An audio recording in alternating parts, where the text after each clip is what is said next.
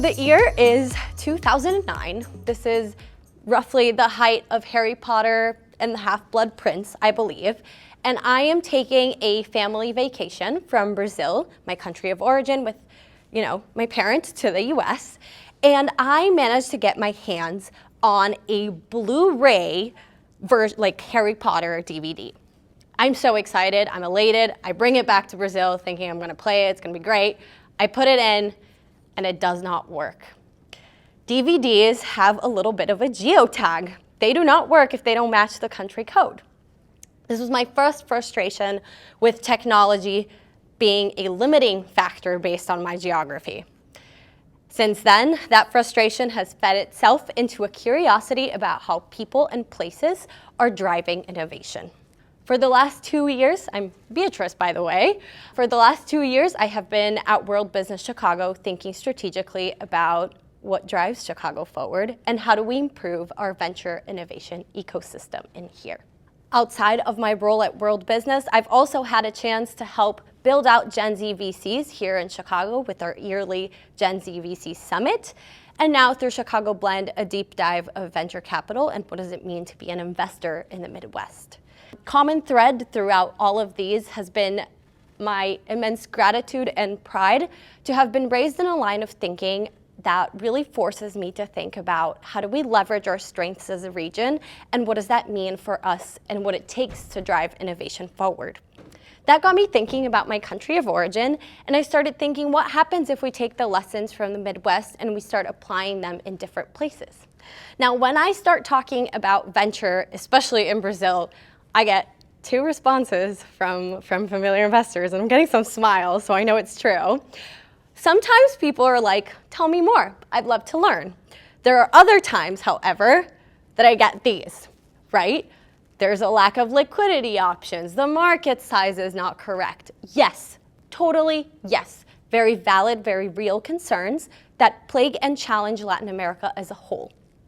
However, I have a nagging feeling that many of you have already heard these challenges, so I kind of want to spend today talking about why, despite these challenges, we're seeing some really promising growth. So 3 things that I'm going to clear before I dive in really deep. We are many, but today I will be only focusing in Brazil. Every market has its distinct characteristics, not to be forgotten. 2, Latin America is, as a whole, experiencing a little middle market maturity where certain sectors have been driven a little bit further ahead than others.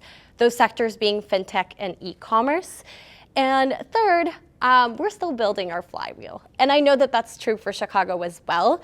Latin America as a whole had 18 total minted unicorns in 2021.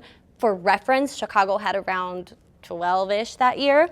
And those are still now exiting, so still stuff to be seen. So if you take nothing from this slide today in this presentation, please let yourselves remember this. Brazil is growing twice as fast in the US in terms of year-on-year growth for startups that are VC-backed. And that's a 35.7 annual growth rate. And if you look at that graph, you'll notice that 2023 actually represents a positive upgrowth tick for Brazil. Out of 2021, 58% of those deals in Latin America were closed in Brazil. So this is showing some really promising movements for my country. So why Brazil and why now? There's a couple of reasons for that. Brazil is the 5th most connected country in the world. If you didn't know that, 80% of our population has access to the internet. That same population that today has access to the internet has typically been excluded from traditional systems and technologies, which presents ourselves a really interesting mix of our tech being mostly inclusive and not necessarily disruptive in the same way it is here. Pair that with a low competition environment and you kind of have the, trifecta for innovation. And a great example of that can actually be seen in our banking apps. For digital banking in Brazil, we have a little feature that only allows you to withdraw money if you are at a recognizable zip code, preferably your home that you set up. Now, in the US, that makes no sense, right? Totally defeats the purpose of digital banking. Why would I do that? I like having 24 access. In Brazil, that's actually a safety feature that allows customers to feel like their money is safe since they're dealing with different violence rates.